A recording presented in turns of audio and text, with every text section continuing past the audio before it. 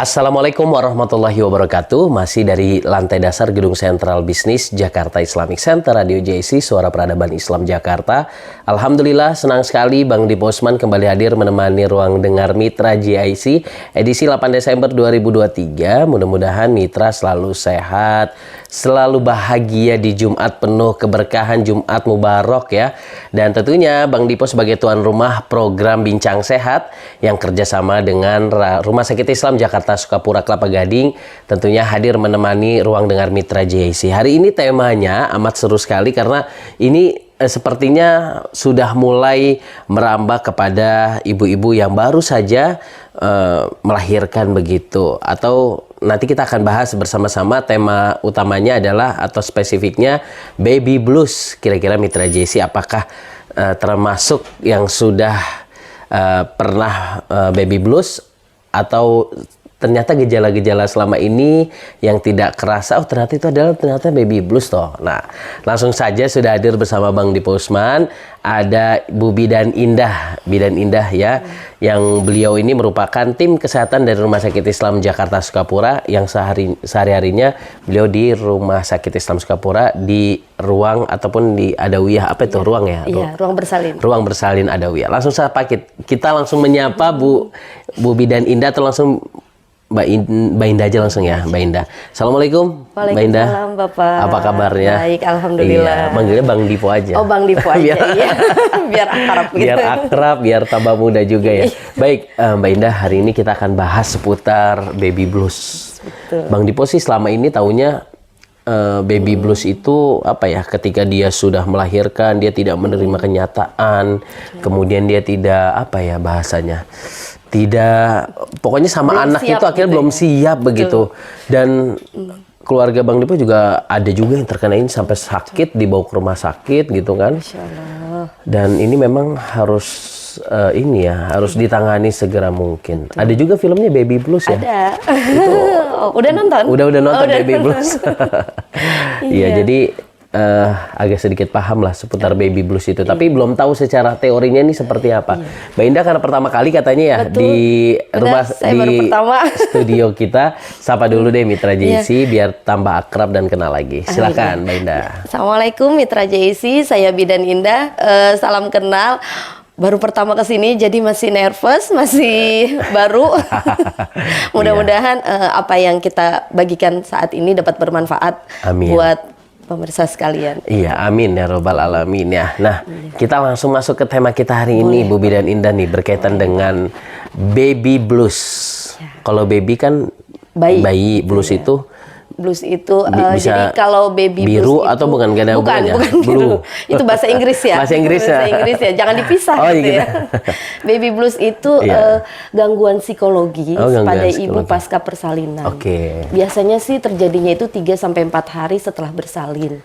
Kenapa nggak langsung ya? Tidak, karena kan awal itu dia masih fase capek kali ya. Masih fase happy punya bayi, seneng baru kan. Di hari ketiga, hari keempat baru mulai ada gejala seperti itu. Biasanya sih ada faktor internal dan eksternal. Dari internal itu biasanya dari ibunya sendiri karena faktor kelelahan, atau mungkin memang ibunya punya riwayat stres sebelumnya gitu kan ada yang punya bipolar atau punya gangguan psikologis lainnya. Terus kemudian dari faktor eksternal itu dari suami mungkin yang komunikasinya kurang baik. Selanjutnya juga dari maaf tetangga ya, kadang suka julid, lahirnya kok sesar gitu ya. Nah itu bikin ibu-ibu, duh kenapa gitu. Nah itu bikin yang tambah down, tambah stres. Akhirnya dia merasa kurang percaya diri. Bisa nggak ya saya ngerawat bayi saya? Bisa nggak ya saya? Nah itu yang akhirnya kalau kita diamkan terus-menerus itu bisa menjadi depresi postpartum. Nah, itu yang sudah ke tingkat serius. Itu apa itu artinya? Itu yang sudah mencapai tingkat depresinya, depresi postpartum. Jadi dia lebih bahaya dari baby blues. Kalau baby blues itu biasanya hilang 2 minggu, dia biasanya harusnya sudah hilang.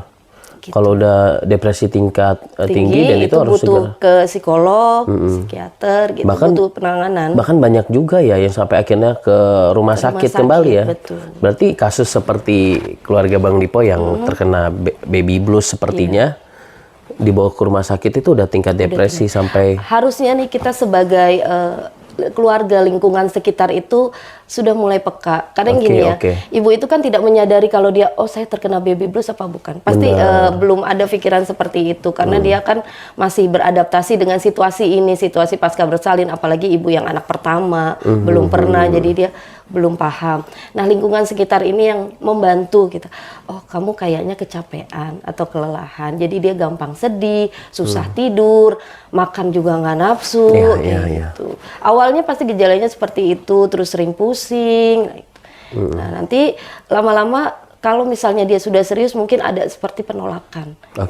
Jadi dia tidak mau dekat dengan bayinya. Berarti baby blues ini fokus penyakitnya ini lebih kepada psikolog ya, bukan karena medis begitu. Misalnya karena saking sakitnya begitu yang diderita. Ya, psikolog. Dan biasanya karena dia ini ada yang sembuh dengan tanpa obat pun nggak masalah, karena memang karena faktor adaptasi tersebut ya, maksudnya 2 minggu pun harusnya sudah hilang gitu. Kalau memang penanganannya dari keluarga, dari ibunya sendiri itu sudah bagus, tidak akan berlanjut sampai depresi. Iya, artinya kalau psikolog itu harus ada dukungan tadi. Betul, ya, bagaimana keluarga itu sosok suami sekali. Harus komunikasi yang baik, tetangga juga jangan julid ya tadi. Keluarga juga keluarga kan mendukung, itu juga mendukung orang tua. Apapun anaknya harus diterima dengan sebaik mungkin, baik itu berkulit hitam atau berkulit putih, begitu ya.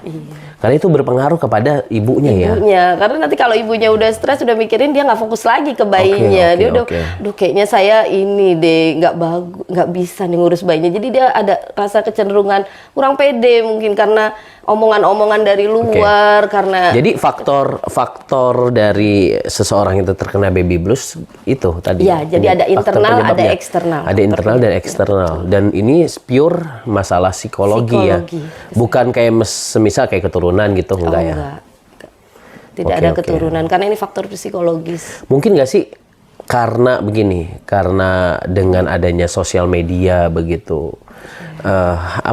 banyak informasi-informasi yang akhirnya ibu ini merasa ini juga gitu. Bisa juga. Bisa jadi berpengaruh. Karena kan gini ya, kalau informasi media kan belum tentu ada yang benar, ada yang salah. Kadang kan apapun kita baca gitu ya, tapi kita nggak tahu ini benar nggak ya, ini salah nggak ya. Jadi apapun diterima gitu kan. Ya jadi mungkin ya salah satunya adalah faktornya ya harusnya sih komunikasinya bagus ya dengan suami, dengan jadi pembagian peran gitu. Jadi kalau misalnya supaya ibunya nggak kelelahan, ya suami bantu untuk ngurus bayinya juga, jadi ibunya bisa istirahat gitu. Makanannya juga yang bergizi, harus terjaga. Maksudnya faktor makanan juga nggak berpengaruh ya. Makanan itu berpengaruh untuk kesehatan ibunya. Kalau ibunya udah sehat, jiwanya pun insya Allah sehat gitu. Itu jadi penting Mitra JC ya, semua lingkungan, semua apa yang diasupi makanannya itu juga sangat berpengaruh kepada ibunya. Karena dengan ibu sehat, tubuh menjadi kuat. Apa tadi? Pikirannya juga sehat juga. Iya. Kalau ibunya sehat, ibunya nggak stres, ASI-nya juga lancar gitu. Tapi kayak baby blues ini baru-baru ini saja atau sebenarnya udah lama banget? Iya, betul. Udah lama, cuman karena ibu itu tidak menyadari sebenarnya, karena kan bisa dibilang ini ada faktor normalnya juga gitu. Kalau tidak sampai ke faktor tidak sampai ke tingkat yang selanjutnya ya ini normal, nanti bisa hilang 2 minggu. Sebenarnya kalau memang ini akan bisa menjadi normal asalkan orang-orang di sekitarnya mendukung. Penanganannya lebih cepat. Tapi gitu ya. efek nih, kalau misalnya seorang ibu ini terkena baby blues, banyak. Efeknya apa tuh? Berpengaruh kepada ASI nggak? Sangat berpengaruh. Sangat berpengaruh. Iya. Kalau ibunya stres, ASI-nya juga pasti nggak lancar kan. Dan ada juga, pernah nggak dengar Bang? Jadi dia tidak mau menerima bayinya. Dia nggak mau deket sama bayinya karena dia merasa ini yang bikin saya sakit nih ini gitu. Kan jadi dia nggak mau nyusuin bayinya. Ada juga yang seperti itu. Faktor stres itu kan berarti bisa mengganggu produksi ASI juga. Kalau itu kan kemungkinan besar faktor karena dia merasa sakit gitu ya. Karena dia merasa sakit, jadi dia merasa oh ini salah bayi saya nih, jadinya saya merasa kayak gini. Iya, ngomong-ngomong katanya Bubi dan Indah pernah merasakan itu, baby blues. Saya anak pertama. Boleh diceritakan tuh. Anak pertama waktu itu saya merasa itu, tapi untungnya karena mungkin saya tahu ilmunya ya, jadi saya cepet sadarnya gitu. Jadi saya waktu itu mungkin karena saya sendiri, suami saya jarang pulang, maksudnya kan bekerjanya memang situasinya jarang ada di rumah. Terus kemudian ibu saya pun pulangnya sore itu sudah pulang, pagi baru balik lagi, jadi tidak menginap di situ. Nah, di saat saya sendiri itu memang harusnya ya tidak boleh dibiarkan sendiri ya, apalagi sendiri karena ya apalagi kita cuma berdua sama bayi kan. Bayinya nangis terus saya udah susuin, udah ini kok nggak mau diem, kok nangis terus, udah gitu sayanya mungkin kurang tidur juga, gitu kan. Jadi saya sempat teriak-teriak sama bayinya, udah diem jangan berisik gitu. Jadi saya yang kayak marah sama bayi saya, padahal dia ngerti apa sih saya marah-marahin gitu kan. Terus sampai ibu saya kemudian datang bilang, kamu kenapa digituin. Terus ya nggak tahu nih, pokoknya kok kayak gini bawaannya tuh kok nggak enak, pusing apa. Kayaknya tuh capek gitu, pokoknya pengennya tuh tidur, istirahat. Saya tuh cuman pengen tidur waktu itu tuh. Terus kemudian suami saya pulang, dibicarakan. Ya udah deh, Dedek sama ibu dulu, yuk kita jalan dulu kemana. Saya diajak pergi. Healing gitu ya? Iya, saya diajak, cuman makan doang, cuma gitu. makan aja. Kebayang ke Maldives gitu? Enggak, cuman makan aja keluar sambil ngobrol. Nah itu pentingnya. Sebenarnya penyembuhannya itu cuma didengarkan. Ibu itu sebenarnya siapapun kalau punya masalah, Bang Dipo juga kalau punya masalah, pengennya tuh cuma didengerin aja, tanpa pun memberikan solusi. Yang penting kita tuh lega gitu kalau udah didengerin itu. Jadi itu ya. Itu berapa hari tuh kira-kira? Cuma saat itu aja. Saat itu. Saat itu saya bicarakan semua. Oh, jadi untuk masalah waktu bisa sesaat ya? Bisa sesaat. Itu yang bisa dibilang baby paling blues. lama itu 2 minggu. Oh, 2 minggu. 3 sampai 4 hari, setelah itu 2 minggu itu paling lama. Setelah itu akan hilang. Kalau tidak meningkat jadi depresi ya. Jadi di waktu yang amat sangat penting itu 2 hari 4 hari segera mungkin harus ada pendampingan bisa ke suaminya atau ke orang tua keluarganya begitu. Jadi atau ke psikolog bisa ya langsung. Kalau psikolog rasanya belum perlu. Belum perlu. Jadi karena cukup dengan orang tua. Cukup dengan pendampingan. Bukan orang tua sih, lingkungan gitu ya. Oke. Ini menarik ya Mitra Jessi ya, baby blues ini, apalagi sekarang zamannya serba ini kan banyak gini, bahkan bisa menjadi sebuah trending ya. Bukan trending siapa? Apa ya? Jadi gini, kayak sempat kasusnya bipolar ini. Orang-orang akhirnya dia merasa kayaknya seru tuh jadi bipolar gitu-gitu. Jadi buat alasan gitu ya. Termasuk juga yang baby blues. Bisa jangan-jangan aku baby blues lagi. Jadi kayak semacam apa ya, bukan trending apa. Kayak orang jadi kayak main-main gitu baby blues. Dan sebenarnya kalau baby blues itu sebenarnya lebih spesifiknya apa nggak? Beda. Psikologis. Ada nggak sih bedanya dengan orang yang cuma stres biasa atau pusing biasa gitu? Kalau dia terjadinya pasca persalinan, kita sudah bilang itu baby blues. Kalau pasca persalinan baby blues. Kita sudah bilang itu baby blues karena dia pasca persalinan. Artinya di situ faktor pemicunya adalah dari ibu pasca persalinan tersebut. Beda ya sama depresi, kalau kita lagi ujian atau kita lagi ada masalah, beda. Kalau ibu pasca persalinan kita sudah bilang itu baby blues. Dan itu dipastikan kesalahan bayi gitu, bukan kesalahan bayi. Maksudnya gini, apakah baby blues itu dikarenakan dia nangis terus, akhirnya membuat ibu tuh stres? Tidak. Ada nggak yang anteng gitu, maksudnya yang nurut, tiba-tiba ibunya itu yang stres gitu? Enggak, ya kan saya bilang tadi ada faktor internal, ada faktor eksternal. Oh, itu maksudnya internal ya? Penyebabnya. Kalau internal kan dari ibunya. Dari memang beliaunya sendiri. Kalau eksternal kan ya dari luar, dari keluarga, dari tetangga, dari lingkungan sekitar, seperti itu. Kalau tidak ada faktor-faktor itu, misalnya tiba-tiba baby blues aja gitu. Biasanya ada penyebabnya. Pasti ada faktor penyebabnya ya. Pasti ada pemicunya. Karena bayi, kalau nggak ada, mungkin kalau bukan dari kita, mungkin dari internal ibunya kali ya. Mungkin merasa tadi ini nih yang sakit, capek. Iya, capek. Oke. Ini penting Mitra Jessi ya buat pembelajaran, terutama buat para bumil. Dan ini biasanya anak-anak pertama ya. Walaupun ada juga sih semua kayak keluarga Bang Dipo ini bukan anak pertama, anak keberapa? Ke-10 kalau nggak salah. Karena jaraknya terlalu dekat. Jadi dia masih ngurusin si kakak, udah ada si adik. Iya ya. Jadi tambah stres deh ibunya, bingung gitu kan. Betul. Iya. Untuk baby blues ini Biasanya sih terjadinya usia kurang dari 20 tahun sampai di atas 35 tahun. 20 tahun? Iya, kurang dari 20 tahun, ibu yang melahirkan di usia kurang dari 20 tahun dan ibu yang lebih dari 35 tahun. Kenapa kurang dari 20 tahun? Iya, karena jiwanya masih muda.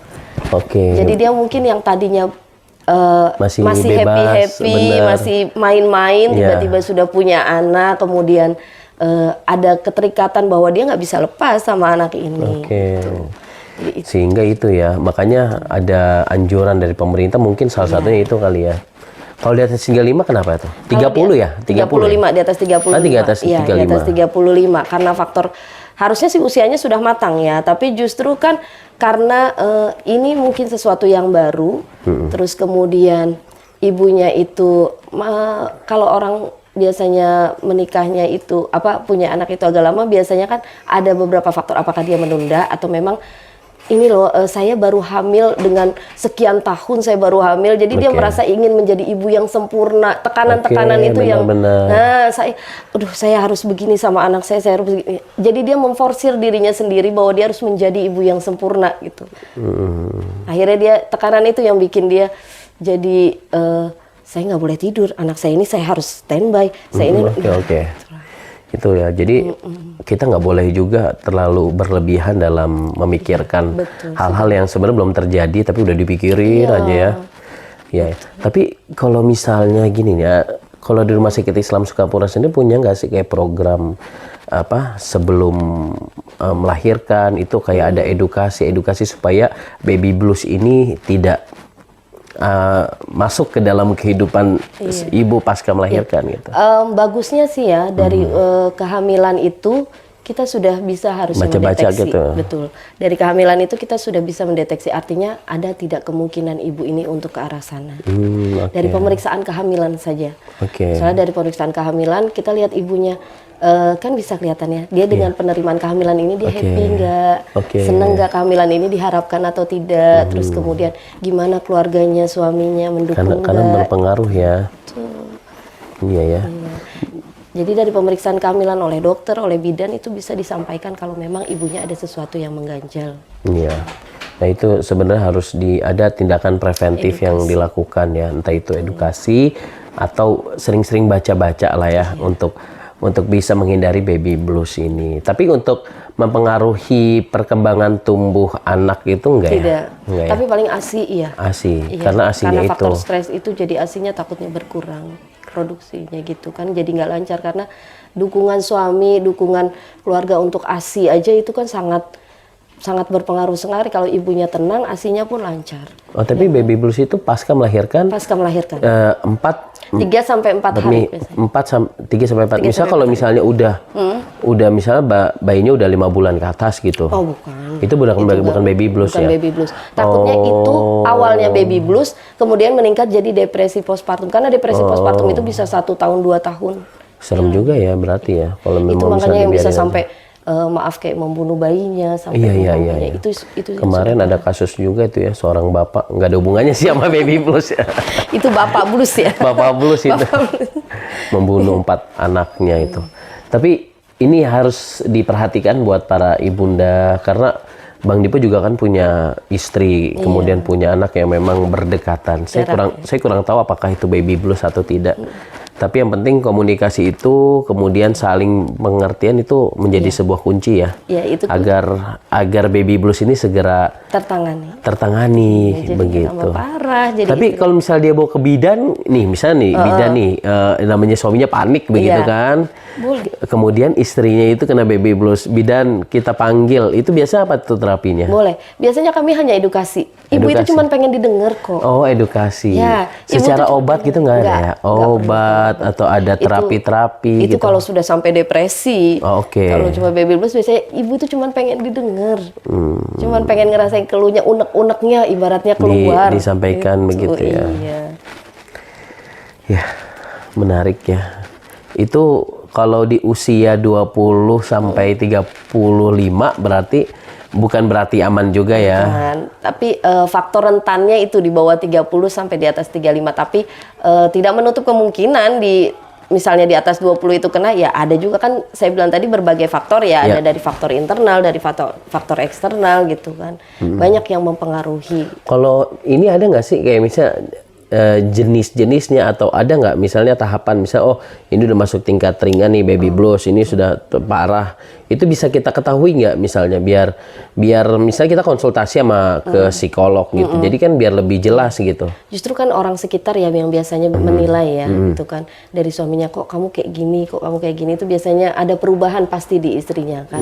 Entah dia jadi dari nangis tiba-tiba ketawa, atau dari kok dia sedih terus gitu, nggak mau makan, nggak tidur-tidur. Nah itu bisa kita minta pertolongan itu ke bidan boleh, atau kalau di Rumah Sakit Islam Jakarta Sukapura kita punya psikolognya ada. Psikolog ya, jadi buat ibu-ibu hamil yang pasca melahirkan begitu ya. Ya, yang penting adalah ibu itu tolong jangan tinggalkan sendiri dulu, hanya berdua bayinya, karena apa?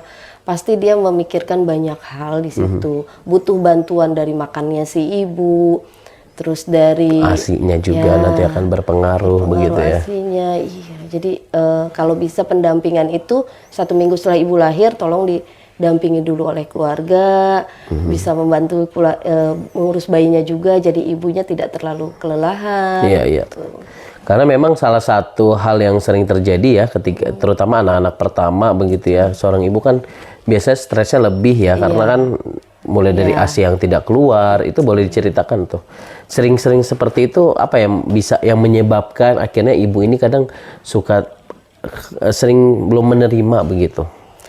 Ya. Mungkin atas kehadiran orang baru begitu di dalam rumahnya atau di dalam kamar. Mungkin kalau menurut saya seperti ini ya. Karena gini, punya anak itu kan apalagi buat anak pertama ya.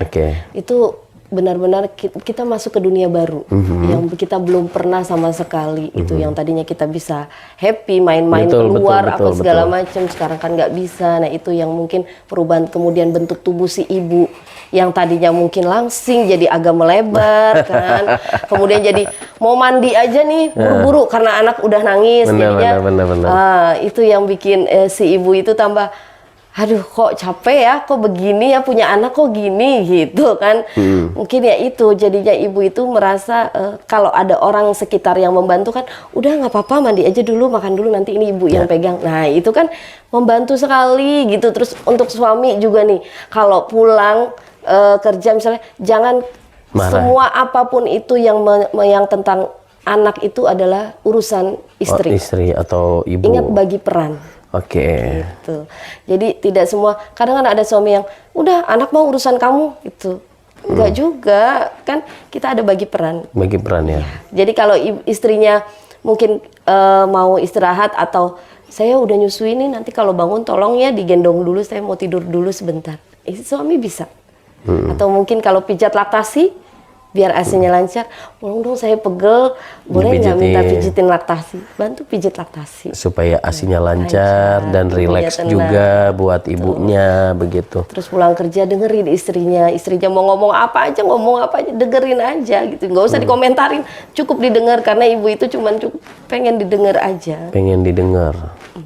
Itu yang penting Mitra Jessi, bicara tentang komunikasi antara suami dan istri, karena ini akan berpengaruh terhadap ASI-nya, kemudian juga psikolog ibunya, apalagi ibu yang baru saja melahirkan pasti capek begitu ya, namanya 9 bulan, kemudian juga proses melahirkan kan butuh juga tenaga.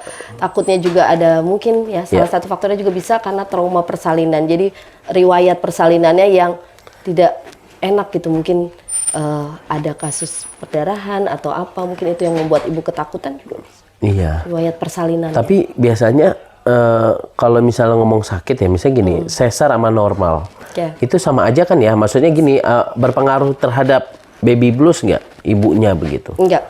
Kalau proses persalinan tidak berpengaruh, karena kan itu terjadinya kan pasca persalinan. Terkecuali kalau dia ada trauma pasca persalinannya. Nah itu yang bikin dia mempengaruhi psikolognya. Trauma ini dalam arti seperti ini. Mungkin saat dia persalinan nih ada kasus komplikasi kayak seperti kejang atau perdarahan. Itu yang bikin ibunya trauma. Bisa. Atau mungkin waktu pas persalinan, bidannya kemarin galak-galak banget. Itu juga bisa bikin ibunya trauma. Iya kan? Jadi ngerasa, aduh, saya takut lahiran di situ, atau saya takut betul. saya takut sesar lagi karena kemarin sesar saya begini. Ada juga yang seperti itu. Karena trauma persalinan. Tapi itu baby blues ya, maksudnya kalau misalnya untuk tahun depan gitu, itu hal yang wajar apa yang disampaikan ibu atau gimana? Misalnya gini, kalau misalnya ada seorang ibu ya udah melahirkan normal karena misal diinduksi berkali-kali, akhirnya kan sakitnya luar biasa. Nah kemudian di 2 tahun selanjutnya tetap dia nggak mau hamil karena memang takut, masih takut iya, gitu. masih takut, masih ingat sakitnya. Masih ingat kan sakit. Itu juga termasuk ya? Enggak. Kan itu mah trauma persalinan, beda ya. Itu trauma persalinan. Kalau yang ini adalah baby blues.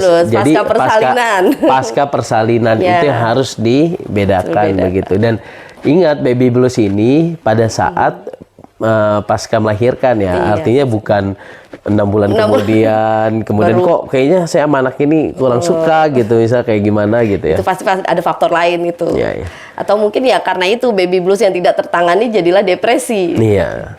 Itu yang bahaya dan itu bisa sampai menahun apabila dibiarkan begitu saja.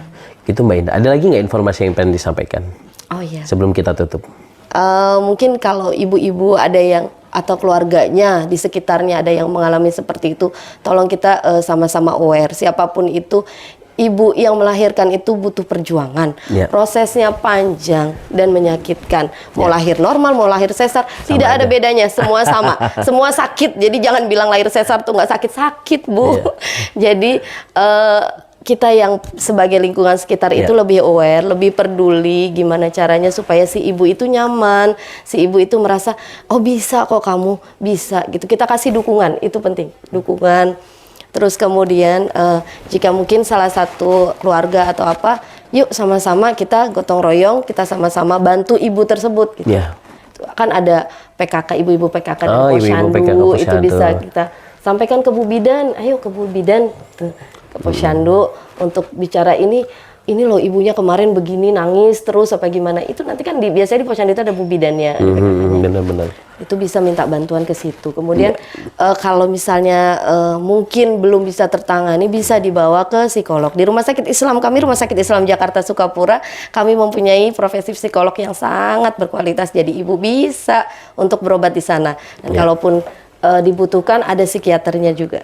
Iya, baik. Luar biasa ini Mbak Indah ini, Bu Bidan. Alhamdulillah. Padahal saya baru pertama. Iya, baru pertama kali. Jadi banyak sekali informasi yang alhamdulillah kita sudah dapatkan ya berkaitan dengan baby blues. Tadi sudah disampaikan Bu Bidan Indah berkaitan dengan psikolog ya. Jadi ini insya Allah ada pelayanan buat mitra JC yang pengen ke psikolog, tapi jangan lupa janjian ya. Setahu Bang Dipo kalau psikolog itu harus janjian ya. Dulu. Kalau psikolog itu janjian. Janjian. Silahkan nanti bisa di Klinik Prima di Rumah Sakit Islam Jakarta Sukapura. Terima kasih Bu Indah, Bu Bidan Indah, sukses selalu. Dan buat mitra JC, Bang Dipo pengen sampaikan bahwa Rumah Sakit Islam Jakarta Sukapura juga membuka buat mitra JC yang ingin bersalin di RSIJ Sukapura, Kelapa Gading, silahkan mitra JC. Metodenya ada erak, ada yang betul. Kami menerima BPJS, jadi untuk persalinan erak full BPJS. Jadi kalau misalkan alhamdulillah ada tambahan biaya mungkin bisa disampaikan ya. Maksudnya karena erak itu sudah ditanggung sama BPJS di Rumah Sakit Islam Jakarta Sukapura. Sudah enak tuh ya. Iya. Kalau sebelumnya kan kalau nggak salah masih setengah. Iya, masih setengah-setengah ya. Kalau sekarang udah full BPJS. Full di cover. Silakan mitra JC datang aja ke Rumah Sakit Islam Sukapura pengen bersalin nanti. Rumah Sakit Islam Sukapura memang nyaman. Kemudian juga untuk ada wiyah juga tempatnya juga ini ya semuanya khusus pasien-pasien yang bersalin begitu ya. Dan di situ juga ada senam hamilnya, mungkin itu bisa sharing sama bidannya sebelum melahirkan, bisa stretching agar tidak sakit begitu. Silakan mitra JC bisa langsung konsultasi ke Rumah Sakit Islam Jakarta Sukapura. Bidan-bidannya profesional dan memberikan pelayanan yang terbaik pastinya buat mitra JC Ihsan dalam pelayanan. Dan untuk mitra JC juga Rumah Sakit Islam Sukapura punya Klinik Prima. Silakan mitra datang dan kontak langsung dan informasi lebih lanjutnya bisa langsung aja add Instagramnya RSIJ Sukapura, atau webnya atau media sosialnya di Facebook juga RSIJ Sukapura. Jadi insya Allah dengan Mitra JSC mengakses media sosial yang tadi sudah Bang Dipo sampaikan, bisa mengetahui jadwal-jadwal dokter, siapa-siapa saja dokternya, termasuk yang ada di klinik Prima yang insya Allah full service tanpa perlu mengantri obat, mengantri laboratorium dan antri kliniknya juga nggak terlalu panjang ya. Baik, saya Bang Dipo Usman pamit undur diri dari ruang dengar Anda. Sekali lagi terima kasih Bu Bidan Indah. Insya Allah kita akan ketemu lagi di lain kesempatan. Nasrun minallah wa fatun qarib wa basyiril mu'minin. Wassalamualaikum warahmatullahi wabarakatuh. Waalaikumsalam warahmatullahi wabarakatuh.